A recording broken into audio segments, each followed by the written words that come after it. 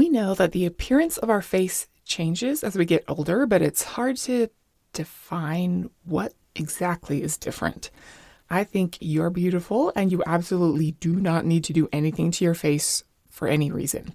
But if facial aging is something you think about, I think knowledge is power, and understanding the biological changes that happen to the face with age can help you make better choices or just feel like you can better identify the hard to define differences in your still lovely face. You're listening to the Health Courage Collective podcast, episode 225, The Biology of Facial Aging.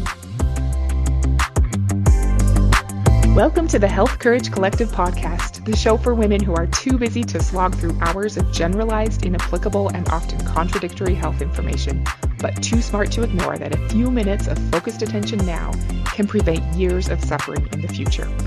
I'm your host, Christina Hackett, a pharmacist who doesn't want you to live on prescriptions, a certified coach specifically trained to maximize your potential, and a compulsive learner obsessed with preventative, cutting-edge, holistic, and integrative medicine.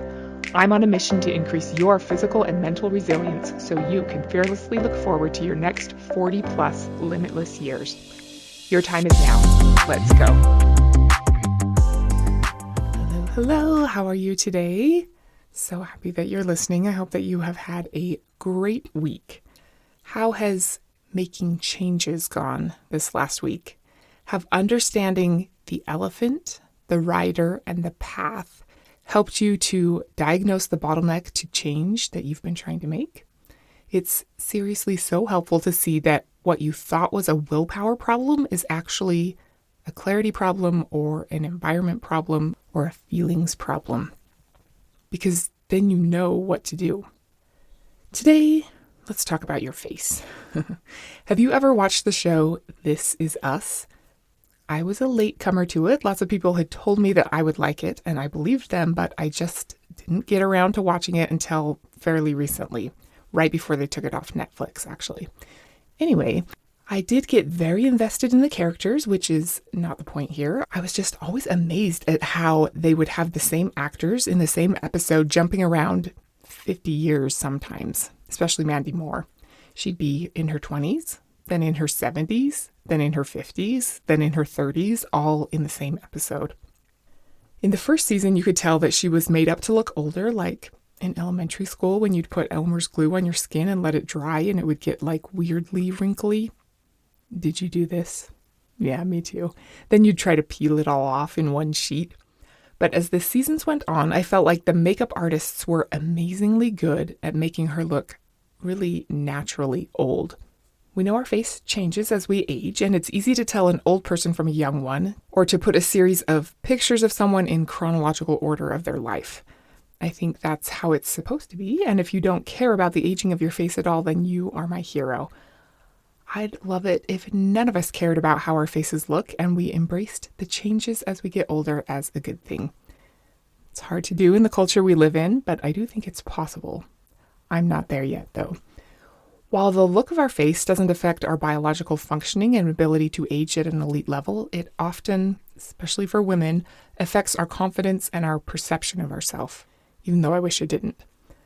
I'm by no means any kind of expert about this topic, but I found it interesting to learn about, so I thought that maybe you would too. Just because I think having a framework to understand something that feels complex can be useful, even if you never do anything with that knowledge. For me, I felt like while I could tell someone looked older from one picture to another, I couldn't really describe why, other than deep wrinkles or uneven skin tone or obvious sagging of their skin. I love to wave a magic wand and make it so everyone in the world thought of getting older as a good thing and looking older as distinguishing. But since that's not happening yet, let's understand a little more about what changes with our face as we get older.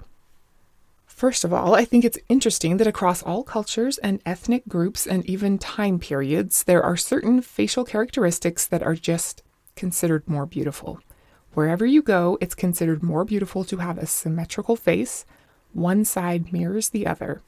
None of us are perfectly symmetrical, but the more you are, the more naturally beautiful you're believed to be.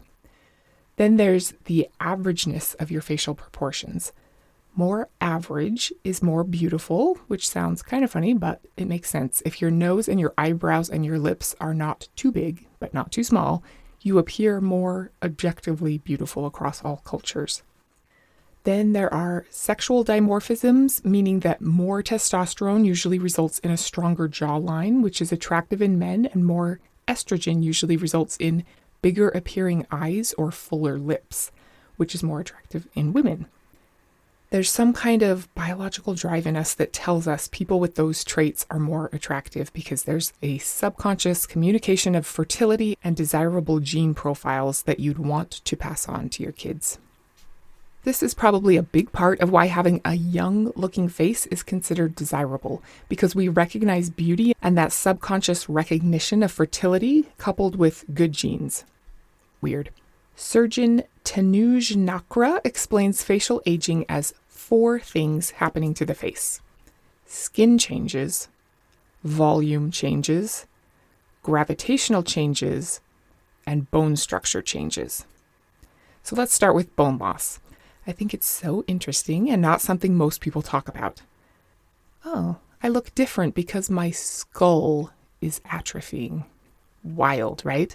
The best way to get a sense of this is to see pictures, like drawings, of young and old faces showing down to the bone on one side of the face. As we age, the bony openings around our eyes get wider, our cheekbones get narrower, and the jawbone recesses, becoming less wide and less tall, smaller overall. Less bony support around the eyes makes your eyes look older, more sunken in, and with saggier skin.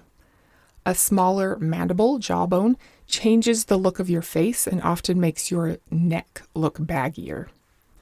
Since the force of facial muscles pulling on face bones isn't super strong, there isn't any conclusive evidence that doing face yoga type facial exercises will prevent bone atrophy of your skull, but my opinion is that it probably wouldn't hurt and it might help a little.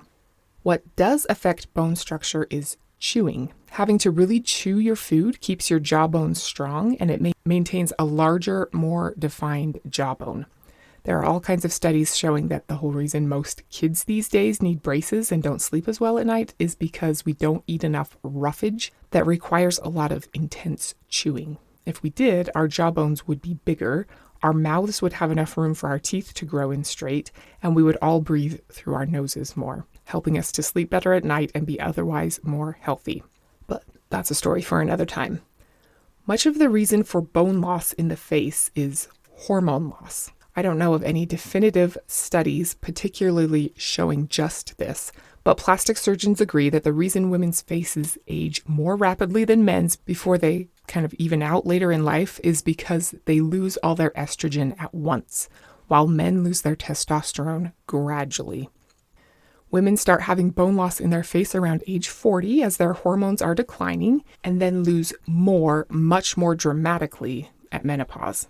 And plastic surgeons agree that preventing that decline altogether or slowing it way down by replacing estrogen with hormone replacement definitely does make a noticeable difference in the rate of aging of the face, especially because of this bone loss component. Women with young levels of estrogen, both endogenously produced and exogenously replaced, maintain tighter orbital sockets, wider cheekbones, and larger jawbones for longer. Your bones are the framework of your face, and it's interesting and weird for me to think about them changing over time, but they do. They're a big part of what makes you look different over the decades. Over your bones, you have your muscles. There isn't a ton of talk about doing anything to the muscles in your face other than injecting them with Botox, I guess. There aren't a ton of studies about face exercises, but I've seen actual people in real life who do them, and they look way younger than their stated age. I'm a believer. You can go back and listen to episode 176 with my delightful friend and face yoga instructor, Sharon White, if you want to learn more about face yoga. There was a study done in 2018 that had dermatologists look at pictures of middle-aged women, and the ones who did 20 weeks of daily facial exercises were objectively rated as looking 3 years younger by the dermatologists than the ones who didn't do the exercises. So that's something. Plus, part of what makes your face look old and saggy is looser ligaments and tendons. So if you strengthen your muscles, you strengthen your tendons, and any muscle hypertrophy, meaning muscle growth, will add volume, even a little bit, to your face. Plus, many of the exercises create a demand for more blood flow to that area of your face, which brings nutrients to the area. You just want to exercise your muscles in a way that doesn't deepen the creases on your skin, assuming you care about that. On top of our muscles, we have 17 to 22 fat pads in our face. That's a lot. Having robust fat pads is critical for looking young. Think of babies' faces. Are you becoming that weird old lady that wants to pinch kids' cheeks?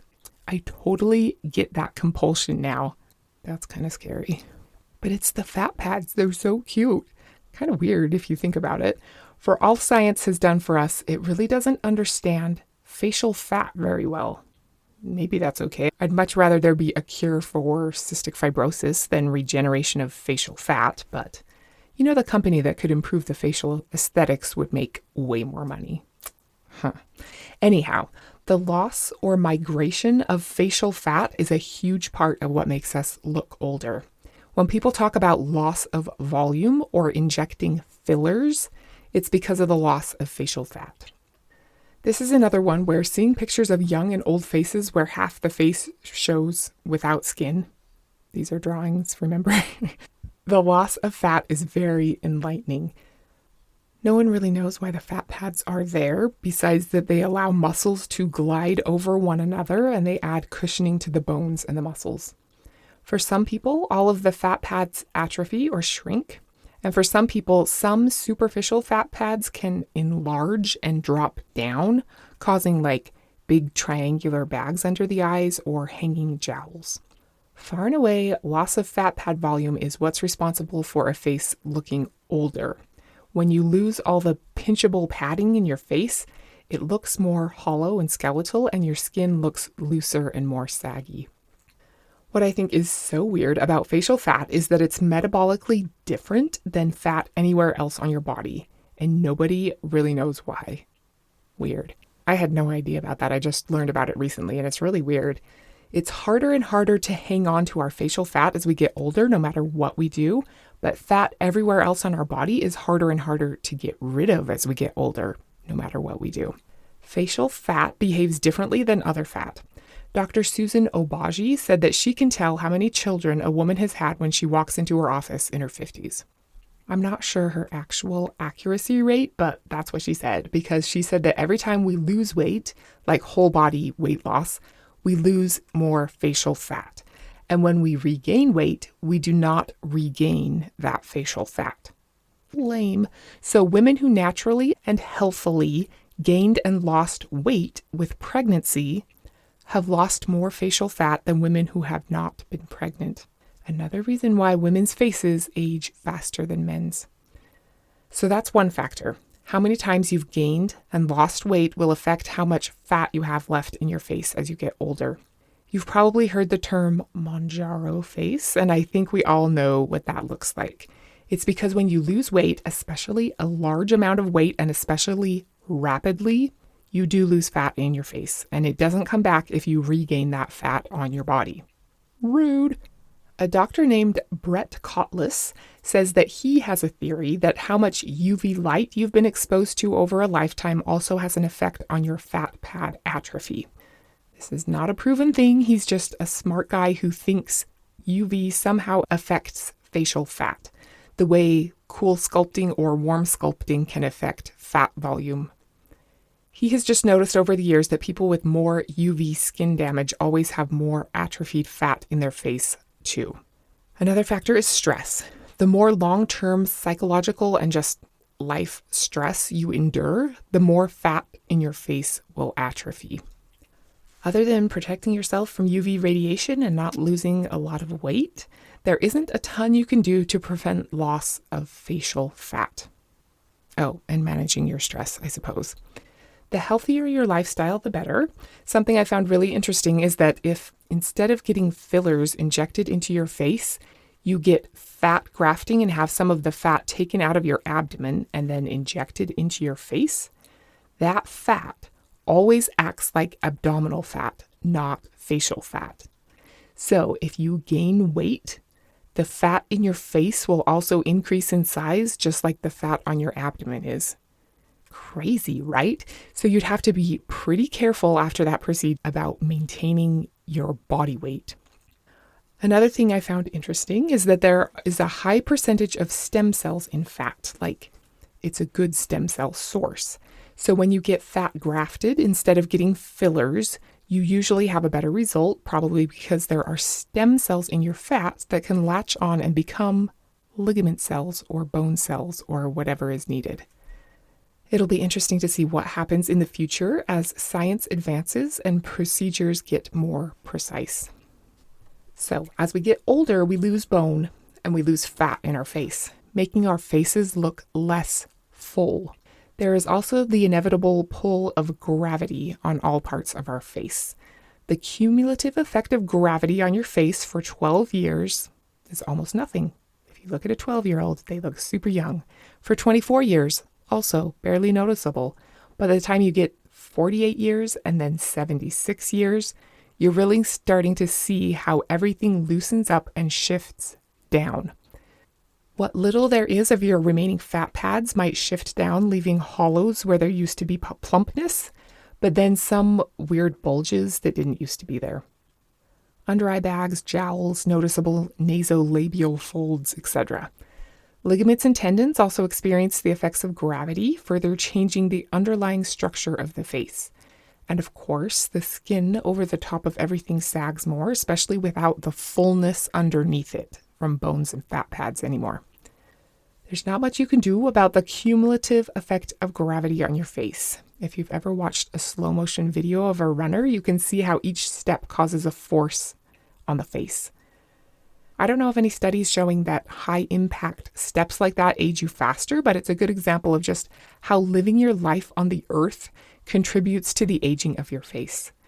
So I guess maybe if you lived in space for prolonged periods, you could lessen that effect, but then you'd have a whole bunch of other problems like bone loss, muscle atrophy, no endurance, and compulsively velcroing everything around you to your bodysuit. The last of the basic facial changes is changes to the skin. We could talk about this for multiple episodes.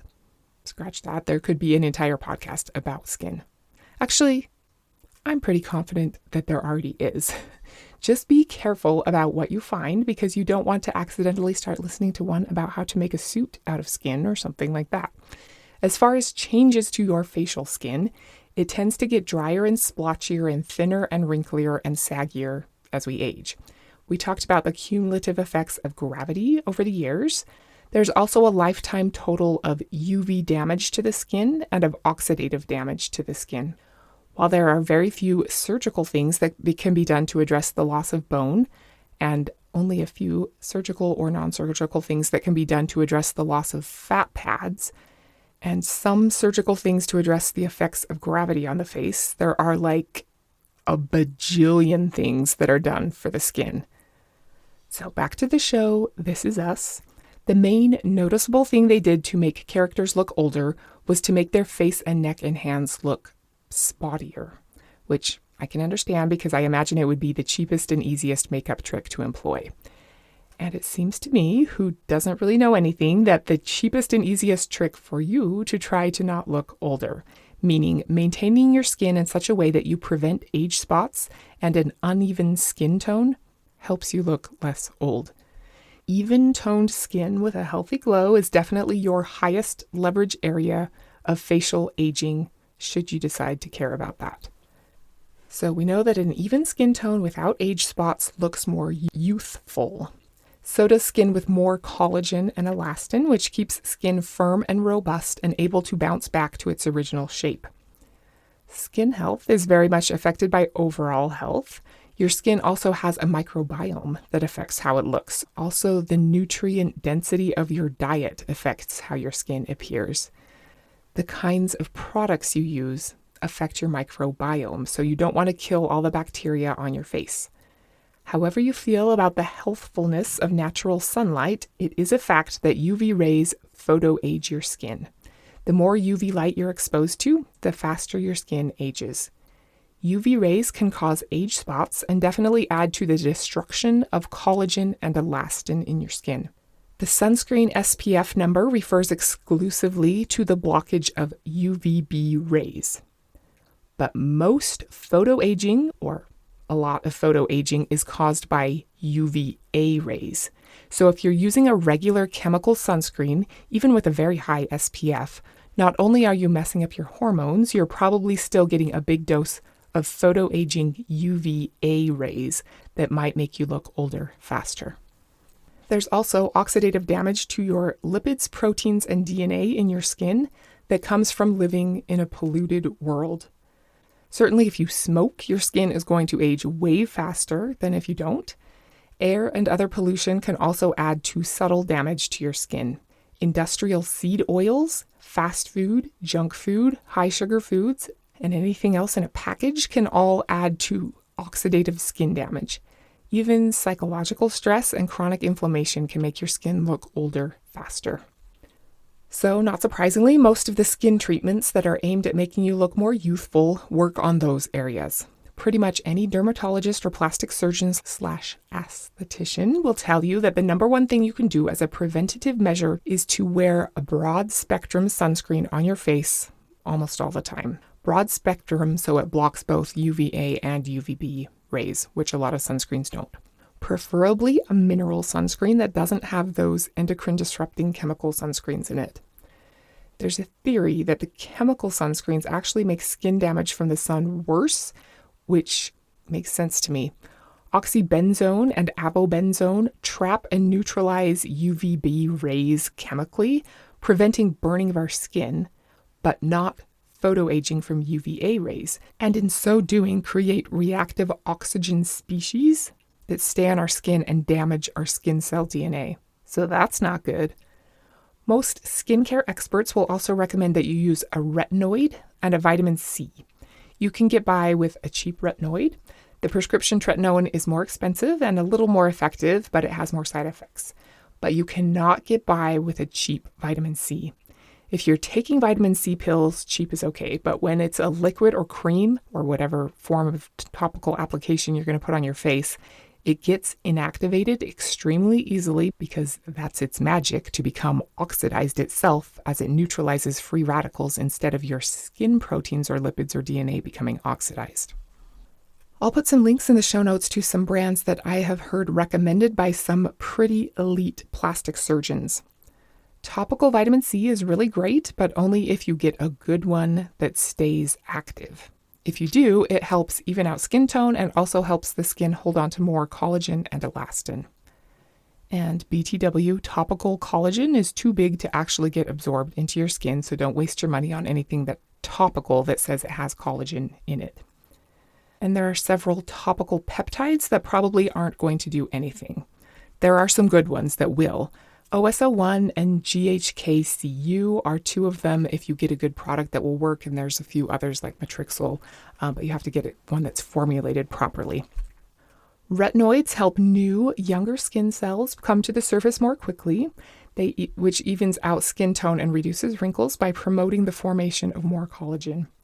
There are tons and tons of other skin treatments, many of which aim to damage the skin in a controlled way because the required repair brings new, young, healthy cells to the surface of the skin and/or requires the production of a little more collagen. Most of the myriad of skin products and procedures aim to increase the hydration of the skin, improve the texture, even the skin tone, and/or increase collagen and elastin production.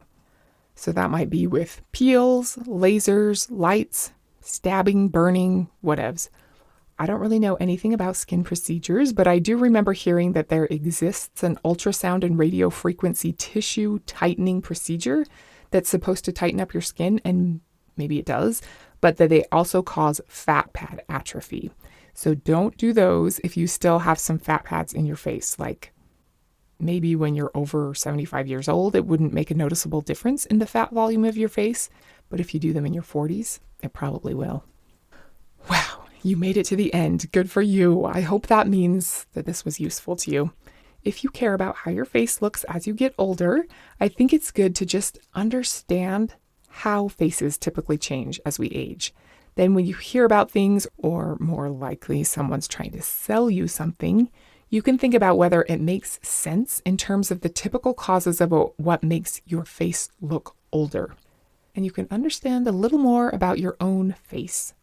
Most people can tell they look older, but they can't articulate what has changed to make them think that. Now, maybe you can. Maybe that's useful to you, maybe it's not. But do you remember the 4 main changes? Skin changes, fat pad volume changes, bone structure changes, and gravitational changes. There are some things you can preventatively do to affect 3 of these 4 areas, but far and away the biggest thing you can do is to protect, care for, and rejuvenate your skin. Thank you so much for being here today. Next week, we're going to talk about how acting like a scientist can help drive your life forward. Until then, understand what's really going on inside your face and don't be normal. Thank you so much for tuning into the Health Courage Collective podcast. I am truly honored that you have paid me the enormous compliment of your time and attention. I would be so grateful if you would share this podcast with someone you know and subscribe so you never miss an episode. This podcast is for entertainment and information purposes only. Statements and views on this podcast are not medical advice. This podcast, including Christina Hackett and producers, disclaim responsibility for any possible adverse events by use of information contained herein. If you think you have a medical problem, consult a licensed physician.